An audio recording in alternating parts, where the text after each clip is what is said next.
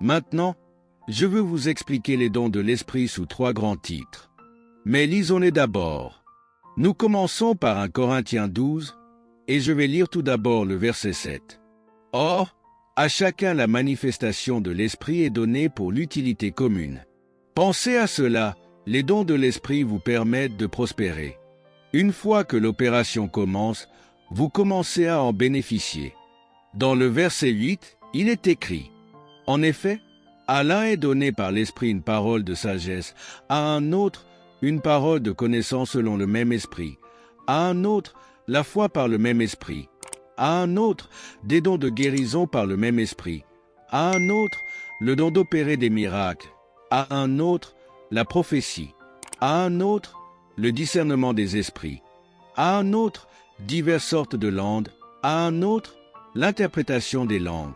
Mais tout cela, c'est le seul et même Esprit qui l'opère, distribuant à chacun en particulier comme il veut. Sur l'écran ou ici dans le texte, je les ai divisés pour vous en 3 catégories.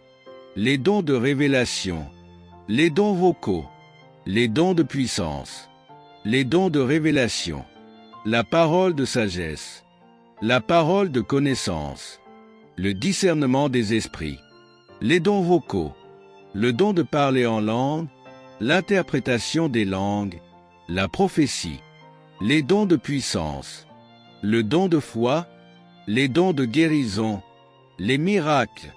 Il est important de comprendre et de mémoriser ces catégories. Les dons du Saint-Esprit servent à édifier l'Église. Dans 1 Corinthiens 14, 12, il est écrit « Ainsi vous aussi, puisse-vous aspirer aux dons spirituels, recherchez à les posséder abondamment, pour l'édification de l'Église. » Ces dons sont des outils qui mènent l'Église à la maturité. Ils sont également nos accréditations, comme le dit Marc 16, 17, 18. Voici les miracles qui accompagneront ceux qui auront cru. En mon nom, ils chasseront les démons. Ils parleront de nouvelles langues. Ils saisiront des serpents. S'ils boivent quelque breuvage mortel, il ne leur fera point de mal. Ils imposeront les mains aux malades, et les malades seront guéris. Les signes accompagnent le croyant, et non l'inverse. Ces signes sont nos preuves tangibles en tant que croyants.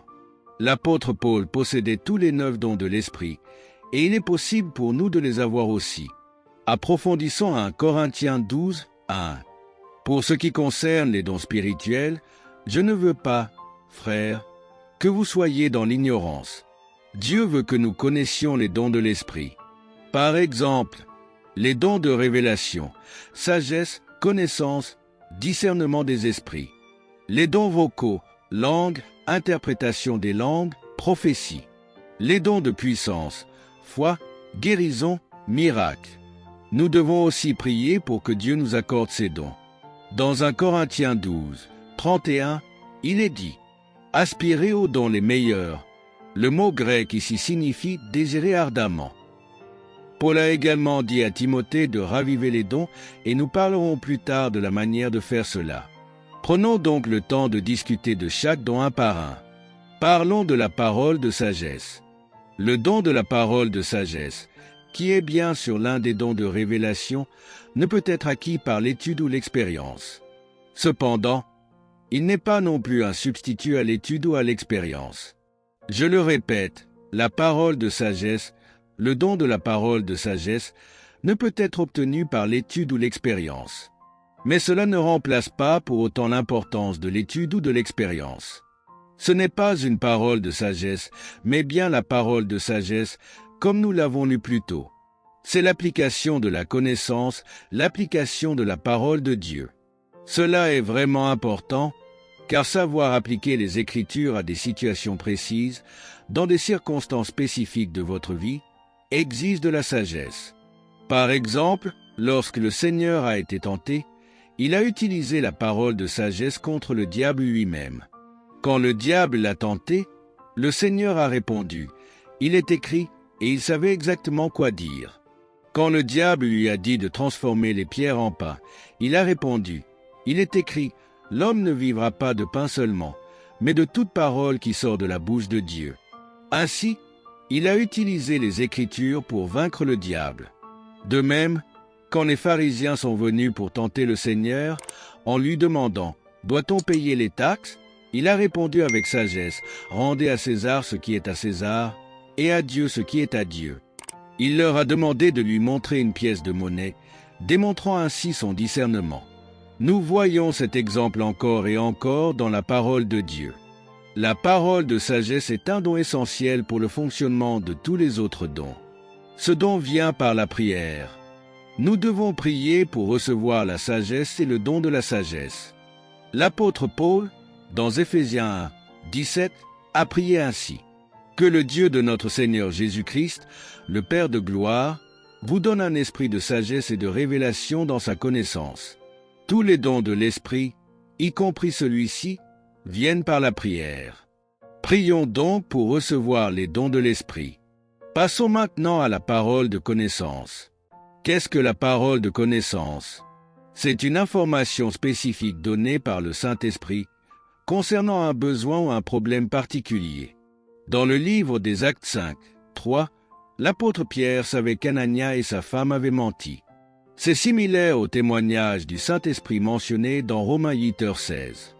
Il y a un passage puissant dans Osée 12, 10, où il est écrit « J'ai parlé aux prophètes, j'ai multiplié les visions, et par les prophètes j'ai proposé des similitudes. » Dans ce contexte, le mot « similitude » fait référence à des impressions spirituelles.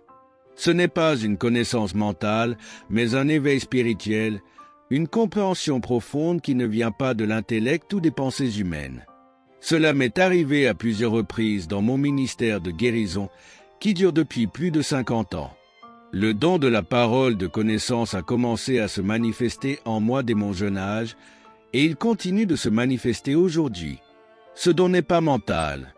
Les similitudes sont un éveil spirituel, une connaissance profonde et spirituelle qui dépasse votre esprit ou votre intellect. Dieu appelle cela des impressions spirituelles. Parfois, lorsque vous lisez les Écritures, vous savez quelque chose, profondément en vous, sans le ressentir ou le penser. Vous le savez dans votre esprit, avec une force et une conviction si puissantes qu'elles ne peuvent être effacées de votre être. C'est un don qui est vivifié par la Bible et par la prière. Par exemple, dans le livre des Actes, chapitre 1, versets 15 et suivants, Pierre a su, par les Écritures, que Judas devait être remplacé. Les Écritures ont vivifié son cœur, et il a compris qu'il était nécessaire de trouver un remplaçant pour Judas. Le psalmiste a dit « Qu'un autre prenne sa charge ?» Ils ont alors prié « Seigneur, toi qui connais les cœurs, montre-nous qui tu choisis. » Matthias a été choisi grâce à la parole de connaissance. Maintenant, je veux dire quelque chose ici pour vous aider à comprendre ce don. Le don de la parole de connaissance n'est pas un don difficile à expérimenter. Je crois que beaucoup d'entre vous l'ont déjà vécu sans le savoir. C'est la parole de connaissance, comme lorsque vous êtes sur la route et que tout temps vous sait qu'il y a un danger plus loin. Vous changez alors vos plans. Ou encore, lorsque vous allez quelque part et ressentez une joie débordante dans votre esprit, un sentiment qu'il va se passer quelque chose de bon. Puis, lorsque vous arrivez, cela se produit. C'est cela, la parole de connaissance. Certaines personnes appellent cela une intuition ou un pressentiment, mais ce n'est ni une intuition, ni un sentiment. C'est un savoir profond, un savoir qui dépasse tout raisonnement mental. C'est un savoir qui transcende les pensées.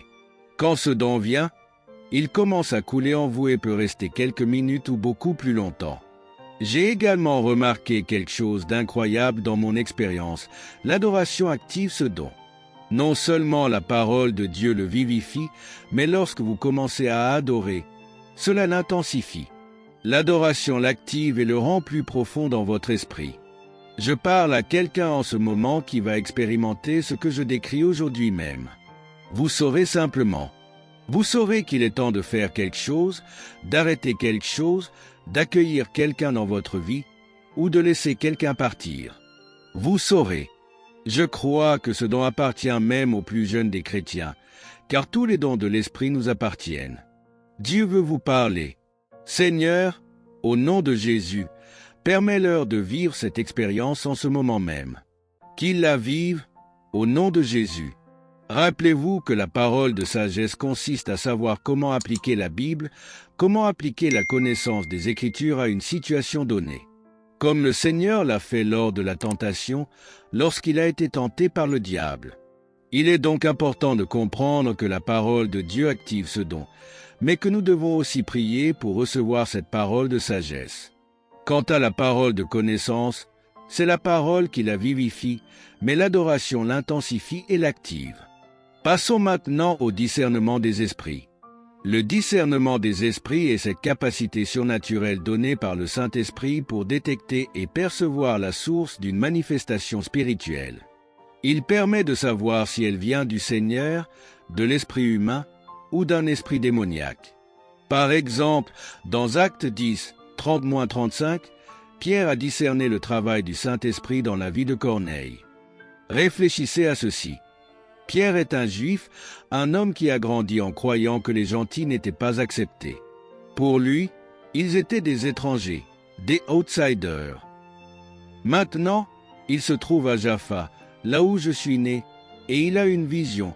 Un drap descend rempli de toutes sortes d'animaux, et Dieu lui dit, « Lève-toi, tue et mange. » Pierre répond, « Ah non, Seigneur, je n'ai jamais touché à quoi que ce soit d'impur. » Mais Dieu lui dit, « Ne considère pas comme impur ce que j'ai purifié. » Ensuite, le Saint-Esprit lui parle, « Descends maintenant et ne te pose pas de questions. » Pendant ce temps, 3 hommes l'envoyés de Césarée, de la maison de Corneille, l'attendaient. Corneille, un gentil, avait reçu la visite d'un ange qui lui avait dit « Envoie quelqu'un chercher Pierre. » Pierre aurait pu avoir toutes les raisons naturelles de rejeter cela. Il aurait pu dire « Je n'y crois pas. C'est impossible. La loi l'interdit. Mon éducation me l'interdit. Ma tradition me l'interdit. » Il aurait même pu penser « Mais le Seigneur nous a dit de ne nous adresser qu'aux brebis perdues de la maison d'Israël. » Pourtant, il a su qu'il devait obéir au Seigneur. Quand il est arrivé chez Corneille, il a vu tous ces gentils réunis dans une pièce. Pierre a discerné le Saint-Esprit à l'œuvre. C'est cela, le don de discernement. Discernement de l'esprit humain. Dans Actes 8, 18-23, Pierre discerne l'esprit humain dans le cas de Simon le magicien. Simon a offert de l'argent pour recevoir les dons de l'esprit, notamment le baptême du Saint-Esprit. Pierre lui a dit « Ton cœur n'est pas droit devant Dieu. » Ainsi, Pierre discerne le Saint-Esprit dans la maison de Corneille, un gentil, et il discerne l'esprit humain chez Simon le magicien. Discernement d'un esprit démoniaque. Un exemple impressionnant se trouve dans Actes 16, 16-19, avec Paul l'apôtre. Une femme possédée par un esprit de divination suivait Paul et ses compagnons.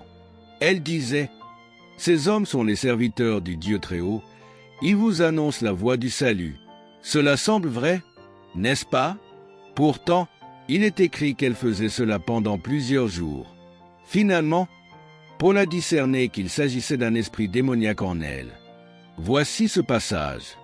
Il arriva, comme nous nous rendions au lieu de prière, qu'une servante, qui avait un esprit de divination et procurait un grand profit à ses maîtres en prédisant l'avenir, vint à notre rencontre. Elle se mit à suivre Paul et nous, en criant « Ces hommes sont les serviteurs du Dieu Très-Haut, ils vous annoncent la voie du salut. » Elle fit cela pendant plusieurs jours. Mais Paul, excédé, se tourna vers l'esprit et dit « Je t'ordonne, au nom de Jésus-Christ, de sortir d'elle. » Et il sortit à l'heure même. Acte 16, 16-18. Même si cette femme proclamait une vérité, Paul a discerné que c'était un esprit démoniaque qui parlait à travers elle. Alors, voici quelqu'un qui disait la vérité, mais c'était le diable. Jour après jour, elle disait « Oh, ce sont des serviteurs de Dieu. Ils sont ici pour nous montrer le chemin du salut. » Elle promouvait leur ministère. Dans certains cas, certains prédicateurs pourraient même l'embaucher dans leur équipe. Mais Paul a compris, non, c'est un démon qui part. Le discernement des esprits est tellement nécessaire aujourd'hui. Il permet de discerner la source d'une manifestation spirituelle. Oh, comme nous en avons besoin. Son but, Regardons encore quelques exemples dans les Écritures. Dans Acte 10, Pierre a discerné le Saint-Esprit à l'œuvre chez Corneille. Dans Acte 8, il a discerné l'esprit de l'homme chez Simon le magicien. Dans Acte 16, Paul a discerné un esprit démoniaque chez une femme qui disait pourtant la vérité sur son ministère et ceux qui l'accompagnaient. Le but de ce don est de protéger et de garder nos vies en tant que croyants. Ce n'est pas de la lecture de pensée, non, non. Ce n'est pas de la lecture de pensée, c'est un don. Passons au deuxième groupe de dons, les dons vocaux. Avant de commencer, je vais prier pour vous, afin que Dieu vous donne tous les dons.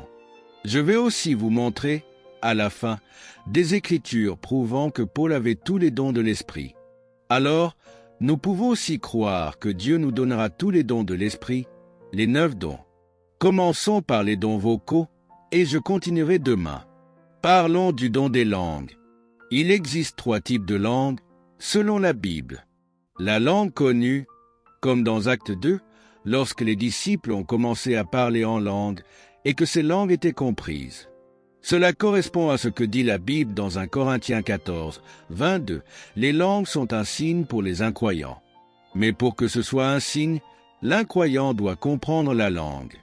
Au jour de la Pentecôte, il parlait des langues comprises, et les gens disaient « Attendez une minute, comment cela peut-il être ?» Certains disaient même « Ces gens sont ivres. » Alors Pierre s'est levé et a dit « Comment pourrions-nous être ivres? Il est encore tôt le matin. » Et il a prêché l'Évangile, et 3000 personnes ont été sauvées.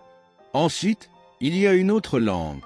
La Bible mentionne 3 types de langues, et parmi elles, il y a cette langue de prière pour une communion personnelle, mentionnée dans 1 Corinthiens 14. Regardons cela rapidement, voulez-vous? Allons à 1 Corinthiens 14, 2 concernant le second type de langue. Car celui qui parle en langue ne parle pas aux hommes, mais à Dieu, car personne ne le comprend, et c'est en esprit qu'il dit des mystères. Attendez un instant. Dans Acte 2, les gens comprenaient ces langues, mais dans 1 Corinthiens 14, 2, ils ne les comprennent pas. Il est dit, personne ne le comprend.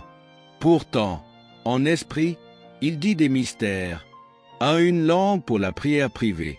Ce type de langue est destiné à notre prière privée, pour notre communion avec Dieu. Le don des langues dans Acte 2 était un signe pour les incroyants. Et croyez-moi, cela se produit encore à notre époque. Témoignages actuels. Des exemples. Lors des Jeux olympiques à Munich, en Allemagne, un groupe de jeunes de IWAM, Jeunesse en mission, priait en langue. Sans le savoir, ils parlaient dans différentes langues et gagnaient des âmes. Je me souviens d'une histoire racontée par Stanley Scherg, un homme de Dieu utilisé puissamment en Suède. À Stockholm, un homme avec une arme est venu pour tuer ce pasteur. Une femme a commencé à prier à haute voix en langue, sans réaliser qu'elle parlait en parfait arabe. L'homme, qui venait du monde arabe, a entendu dans sa propre langue la révélation de tout ce qu'il s'apprêtait à faire. Convaincu, il est tombé au sol en pleurant et s'est repenti. Cette femme ne savait pas qu'elle parlait arabe. Personnellement, lors d'une réunion au Canada, juste après mon salut, à l'église Saint-Mathieu, j'ai entendu de jeunes gens prier en langue. Ils magnifiaient le Seigneur en hébreu sans le savoir. J'ai entendu cela de mes propres oreilles, et cela m'a profondément marqué. Donc, Acte 2 se produit encore aujourd'hui, partout dans le monde, croyez-moi. Une langue pour parler à Dieu en privé, 1 Corinthiens 14, 2. Dans 1 Corinthiens 14, 2, il est question d'un langage de mystère destiné à Dieu. Personne ne comprend, mais c'est pour l'édification personnelle. 3. Une langue pour l'édification de l'Église, 1 Corinthiens 14, 26-28. Le troisième type de langue est mentionné dans 1 Corinthiens 14, 26-28, et il est équivalent à une prophétie lorsqu'il est interprété. Voici ce qu'il est dit. Que faire donc, frères? Lorsque vous vous assemblez, chacun peut avoir un cantique, un enseignement, une révélation, une langue ou une interprétation. Que tout se fasse pour l'édification. Et encore, si quelqu'un parle en langue, que ce soit par 2, ou tout au plus 3, et que ce soit à tour de rôle, et qu'un interprète soit présent. Le but ici est l'édification de l'Église. Mais s'il n'y a pas d'interprète, que celui qui parle en langue garde le silence dans l'Église et qu'il parle à lui-même et à Dieu. Ceci est donc le troisième type de langue. J'aimerais vous partager une chose importante.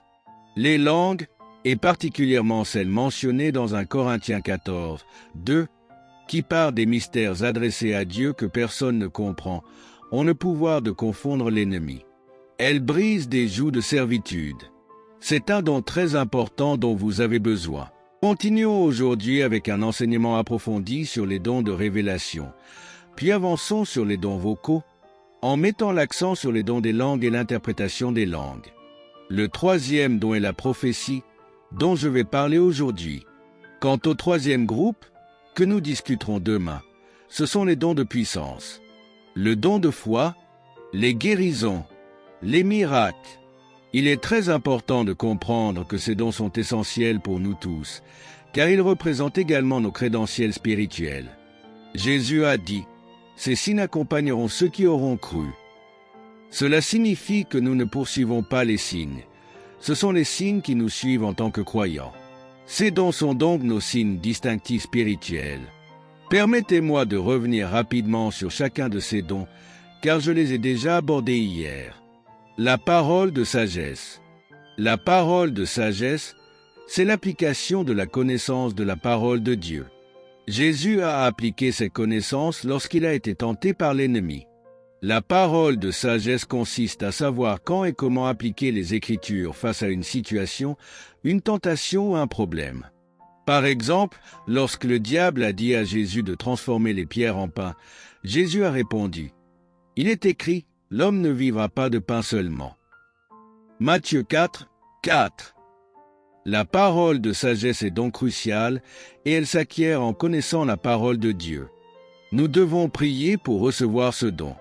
Dans Éphésiens 1, 17, il est clairement indiqué que nous devons prier pour recevoir la parole de sagesse, ce que j'ai partagé avec vous hier. La parole de connaissance. La parole de connaissance, selon Osée 12, 10, est décrite comme des similitudes.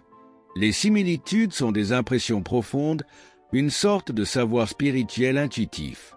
Ce que je n'ai pas mentionné hier, mais que je souhaite souligner aujourd'hui, c'est que ce don peut ressembler à une vision spirituelle. Ce n'est pas une image mentale, mais une révélation spirituelle. Parfois, lorsque je suis sur une plateforme, je peux percevoir qu'une personne a un problème à un endroit précis de son corps, comme son bras ou une autre partie atteinte par une maladie. C'est un don extraordinaire. Vous me demandez comment je sais que ce n'est pas mental, et cela vient de deux manières. C'est une connaissance révélée par les Écritures et enflammée par l'adoration. L'adoration l'active.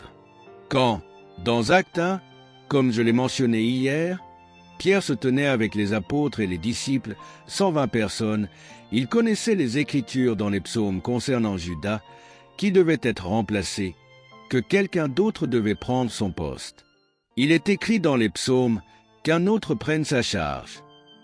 Pierre savait donc qu'il devait être remplacé par une personne qui serait témoin de la résurrection. Alors, ils ont prié, disant, « Seigneur, parle-nous de celui qui doit remplacer Judas. » Et Dieu a parlé à travers un tirage au sort, comme Matthieu l'a été choisi. Voilà comment la parole de connaissance a fonctionné ici. Il savait quel homme devait prendre cette position, ce qui était très important pour l'Église primitive. Mais comment cela a-t-il fonctionné? D'abord, par les Écritures. Pierre savait que la Bible disait que Judas devait être remplacé. Ensuite, ils ont prié, et je suis sûr qu'ils adoraient aussi. Car dans les Écritures, on voit souvent que l'adoration précède la révélation, comme dans le cas de Paul et Silas qui adoraient en prison dans Actes 16, et de Jésus et ses disciples qui adoraient dans la chambre haute.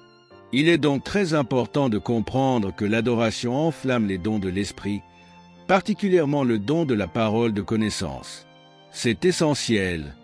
Dans Osée 12, 10, il est question d'une impression définie, d'une similitude. Cela signifie un éveil spirituel, une compréhension profonde, rapide, une sorte de savoir spirituel. Comme je vous l'ai dit hier, et je vais le répéter, beaucoup d'entre vous ont vécu cela sans le savoir. Vous avez eu une connaissance intérieure d'un événement à venir ou d'une action à entreprendre ou à éviter. Vous savez simplement, et cela vous conduit à une conviction intérieure. Parfois, vous ressentez que vous devez parler à quelqu'un et lui dire quelque chose de spécial, même si vous n'êtes pas sûr de devoir l'aborder. Mais vous ressentez cette impulsion intérieure. C'est la parole de connaissance. Obéissez à cette voix intérieure, à cette conviction, à cette impression profonde. Les gens appellent parfois cela un ressenti spirituel, mais ce n'est pas un simple ressenti, c'est une connaissance spirituelle. Prenez exemple sur Pierre dans Acte 5, où il savait que Anania et sa femme Saphira avaient menti au Saint-Esprit. Ils savaient exactement ce qu'ils avaient fait.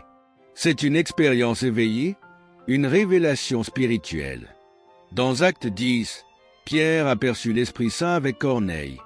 Corneille était un païen et Pierre, ayant grandi avec l'idée de ne pas s'associer aux païens, savait, par l'Esprit Saint, que cet homme, Corneille, était un vrai croyant. Ce qu'il lui avait dit était vrai. L'ange lui était bien apparu pour lui parler. Nous connaissons tous l'histoire de Acte 10. Dans Acte 8, Pierre aperçut l'esprit humain, en particulier avec Simon le sorcier. Il lui a dit que son cœur n'était pas droit devant Dieu.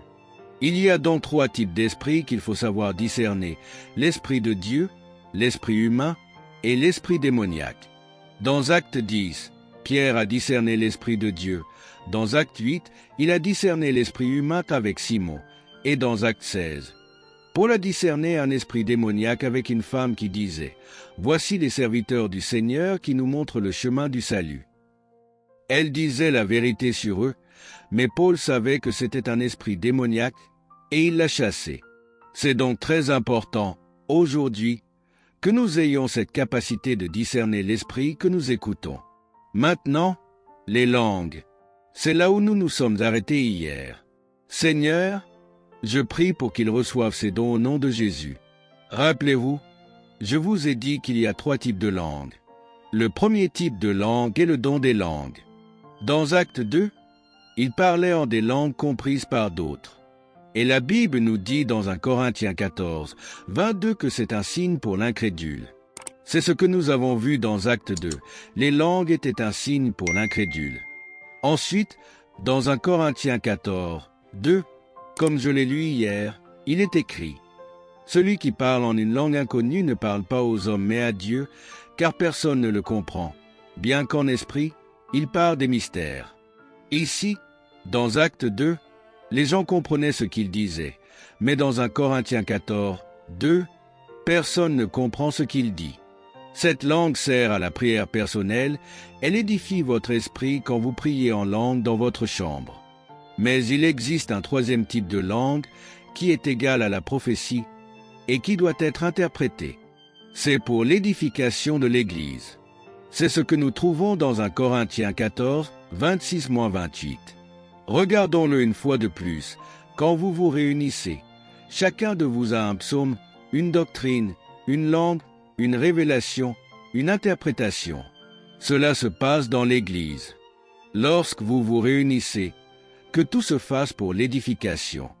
Mais dans le verset 27, il est écrit « Si quelqu'un parle en langue inconnue, qu'il le fasse à 2 ou au plus à 3, et que l'un interprète. Cela concerne l'édification de l'Église. Quelqu'un doit interpréter cette langue afin que l'Église soit édifiée. Ainsi, il y a 3 types de langues.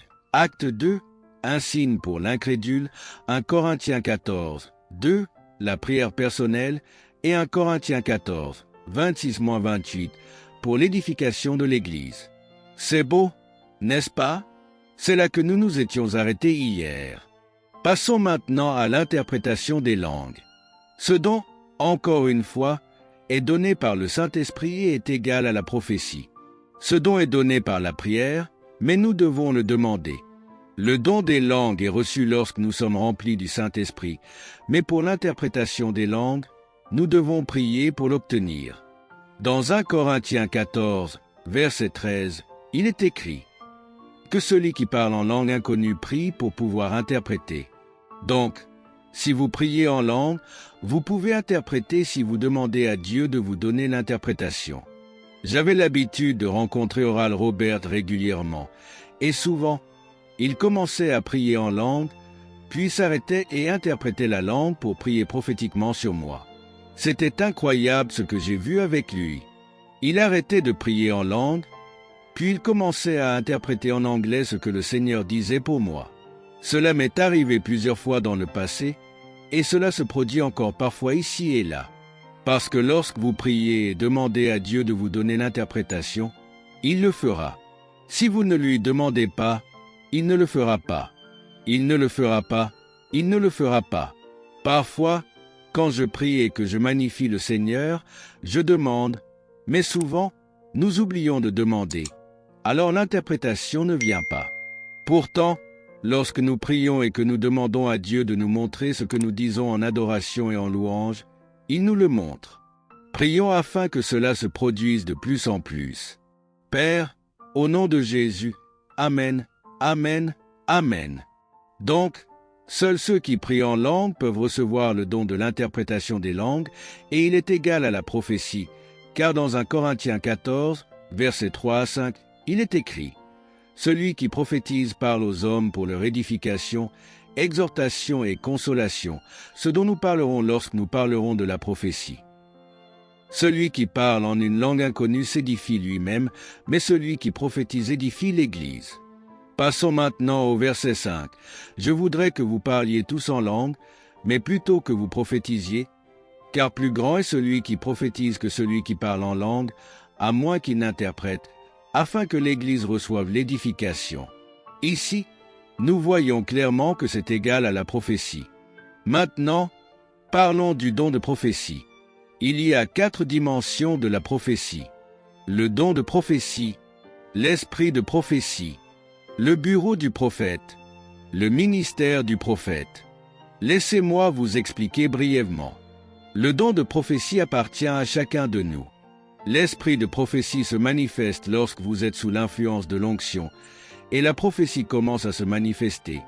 Comme dans 1 Samuel 19, lorsque Saul, à la recherche de David, commença à prophétiser sous l'influence de l'onction qui était sur Samuel et David.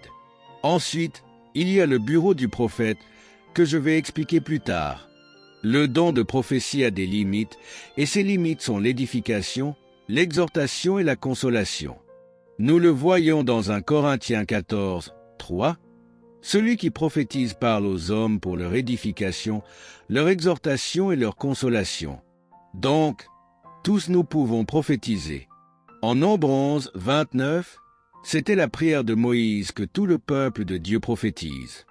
Dans 1 Corinthiens 14, 1, Paul dit « Poursuivez l'amour, désirez les dons spirituels, mais plutôt que vous prophétisiez. Cela se fait par le remplissage du Saint-Esprit. Lorsque vous êtes rempli du Saint-Esprit, la prophétie vous appartient, vous prophétiserez. » Passons rapidement à Actes 2, verset 17, où il est écrit « Il arrivera dans les derniers jours, dit Dieu, que je répandrai mon esprit sur toute chair. Vos fils et vos filles prophétiseront. » Ainsi, la prophétie est automatique une fois que nous sommes remplis du Saint-Esprit. Voyons maintenant Acte 13, verset 2.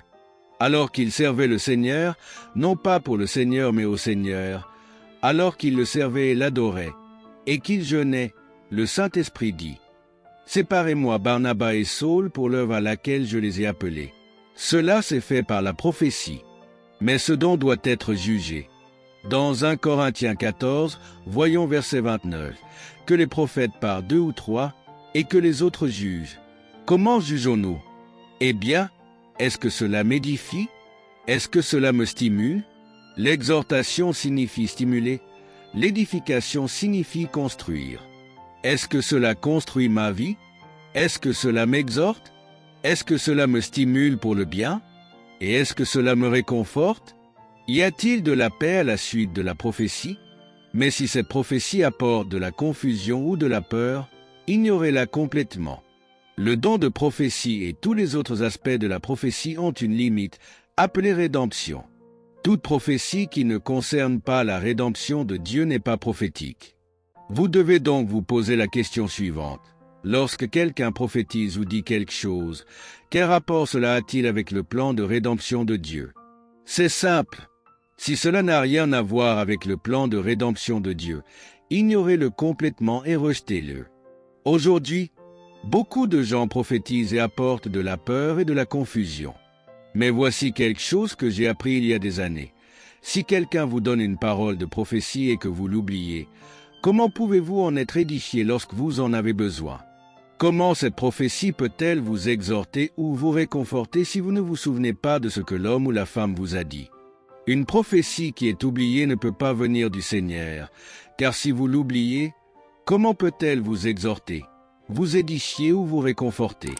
Je suis entré dans une maison il y a des années, à Jérusalem, et une femme, Ruthlin, a commencé à prophétiser sur moi.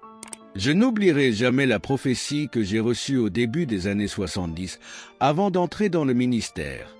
J'étais à Jérusalem avec David et Lisa Loden, des amis à moi à l'époque, et nous y étions allés avec M&M Watch, qui étaient de chers amis à moi, encore à ce jour. Ruth a ouvert la porte de cette grande maison qu'il venait de louer, une maison qui appartenait autrefois à une ambassade, car de nombreuses ambassades étaient parties de Jérusalem à ce moment-là pour s'installer à Tel Aviv. Elle a commencé à prophétiser en disant « Ainsi parle le Seigneur, je te conduirai devant des rois, des premiers ministres et des présidents, et tu apporteras l'Évangile à des millions autour du monde et la puissance de guérison de Dieu aux nations. » J'étais stupéfait. C'était le don de prophétie. Je n'ai jamais oublié cela. Il y a aussi un homme nommé Jan William Vangar Ruvan, qui était le gardien du tombeau du jardin à Jérusalem dans les années 70, qui a prophétisé sur moi une prophétie que je me souviens encore. Il a dit, « Un jour, tu apporteras le feu aux églises orientales, aux églises grecques orthodoxes et autres églises de l'Est. » Cela s'est déjà produit, et je crois que cela va se reproduire.